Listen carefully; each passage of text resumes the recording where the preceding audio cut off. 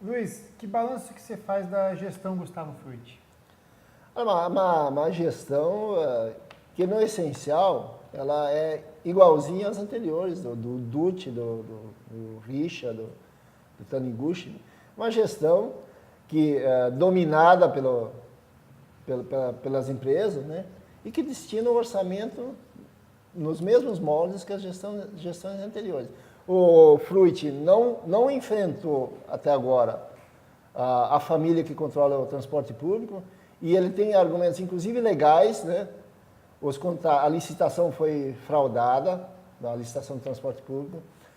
O TCU já tem parecer dizendo que há problemas graves, né, na contratação.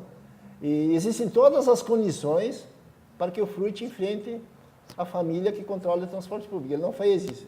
Então a gestão dele é uma gestão que está submissa ao capital, né? E não atende nenhum anseio, nenhuma bandeira central dos trabalhadores e dos excluídos da cidade. Então, na verdade, é uma administração burguesa, de direita, como todas as outras quaisquer, né? Quando ele se elegeu, a chapa de vereadores que ele elegeu era minoria na Câmara. Mas nos primeiros dias já ele conseguiu o apoio de quase todos os vereadores e hoje governa com tranquilidade com 36, 37 vereadores votando com ele. O pessoal vai ter esse apoio de 37 vereadores caso assuma a Prefeitura de Curitiba? Cara, esse fenômeno que sempre acontece em qualquer governo revela muito bem a forma fisiológica como os partidos de direita fazem política. Os deputados, os vereadores sempre correm para o lado onde tem o dinheiro, a verba pública. Foi isso que aconteceu na administração municipal, né? O prefeito ganhou as favas com o programa, as favas com as bandeiras que a gente defendeu na campanha, para as cucuias com aquilo que a gente disse para a população, nós vamos do lado do dinheiro, né? Uma administração do PSOL vai ser regular por princípios éticos, por um programa político claramente defendido durante a campanha, e o PSOL por si só não vai aceitar esse tipo de filiação, esse tipo de ingresso no partido, né? Se os vereadores quiserem apoiar o programa do PSOL, nós vamos bater palmas para eles, né? Mas não vai ter nada de fisiológico, não vai ter nenhum retorno financeiro, nem de verba, nem de nomeações de apadrinhados políticos, né? Acho muito difícil, para não dizer impossível, que esse fenômeno aconteça caso o pessoal ganhe a prefeitura. E como aprovar na Câmara as propostas do pessoal? Essa é uma discussão muito boa, muito antiga e muito batida sempre. E nós temos exemplos concretos na política brasileira, nos tempos do PT, que provam que um executivo, mesmo com a minoria no parlamento, consegue governar perfeitamente. Se nós pegarmos o executivo federal, que é o governo, a presidência da República, o presidente da República pode governar tranquilamente hoje, inclusive por medida provisória, se ele quisesse, né?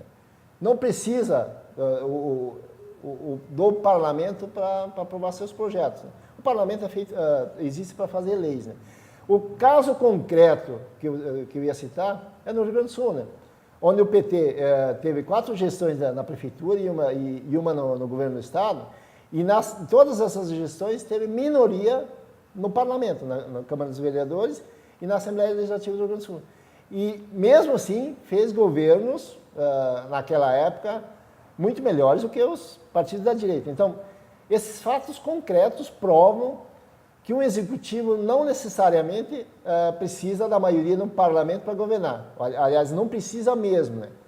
Agora, quem é que precisa da maioria? São os governantes fisiológicos, que não têm programa, não têm diretriz política, e aí se apoiam nesses fisiológicos para governar. Volto a dizer, parlamento existe para fiscalizar o executivo e fazer leis. E é isso que o parlamento tem que fazer. A Câmara dos Vereadores tem que fazer leis e fiscalizar o executivo. E o executivo tem que administrar a cidade. E é assim que vai funcionar no governo pessoal. O senhor até já citou no começo da nossa entrevista a questão do transporte. Foi a grande bomba que o prefeito Gustavo Frutti herdou, né, da administração anterior e vai passar para o sucessor sem ter resolvido.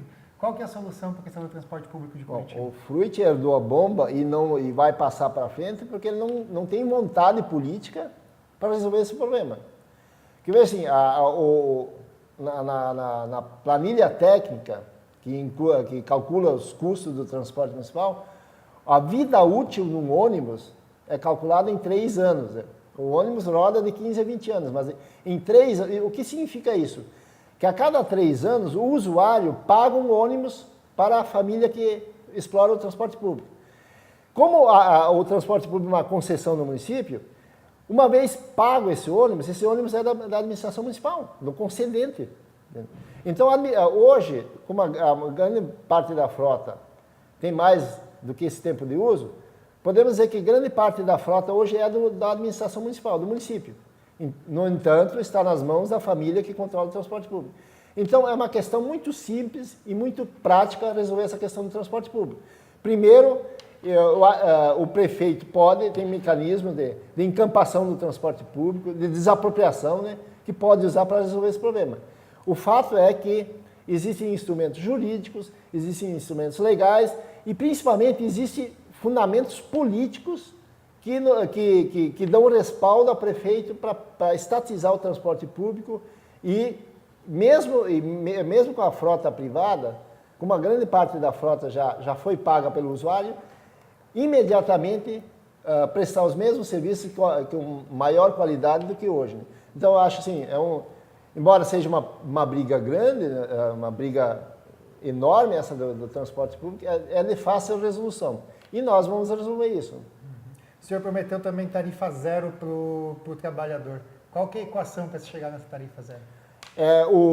Primeiro, a tarifa técnica hoje está superestimada. Tem coisa lá o próprio TCU, o próprio Tribunal de Contas do Estado já comprovou isso. Né? Então, o custo do transporte de um passageiro é muito menor do que se cobra hoje. Né? E, por outro lado, além de cobrar uma tarifa mais alta, né, a tarifa técnica, além dela estar acima da média, a administração municipal, o município ainda entra com uma parte a mais na passagem no ônibus. Nós temos clareza e certeza que o custo do transporte de um passageiro é extremamente baixo. Deve girar em torno de R$1, se é que chega tanto. Né? E a administração municipal de Curitiba tem condições de bancar esse custo, né? Através do orçamento municipal. Né? Basta deixar de dar dinheiro para essa família que explora o transporte público e basta de dar dinheiro para a empresa do lixo, que explora o lixo, que também tem que ser estatizado. Né? O lixo é um patrimônio do município, né? E basta de gastar dinheiro com obras superfaturadas. Né? É por aí que sai o dinheiro para bancar o transporte público. E o metrô? Só a presidente Dilma já veio 2 vezes inaugurar metrô em Curitiba. A sua administração toca o projeto do metrô para frente ou assusta de vez? Enquanto tiver essa família controlando o transporte público, não vai ter metrô em Curitiba. Isso está claro. Não existe nenhuma uma questão técnica que impeça a construção do metrô. Até porque já existe a estrutura pronta para construir o metrô de superfície, são as canaletas do expresso.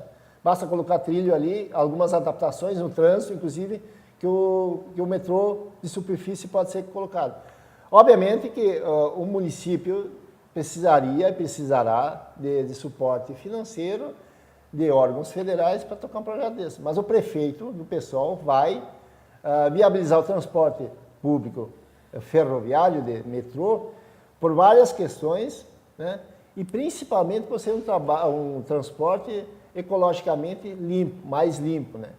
Não tem emissão de gases de efeito estufa, né?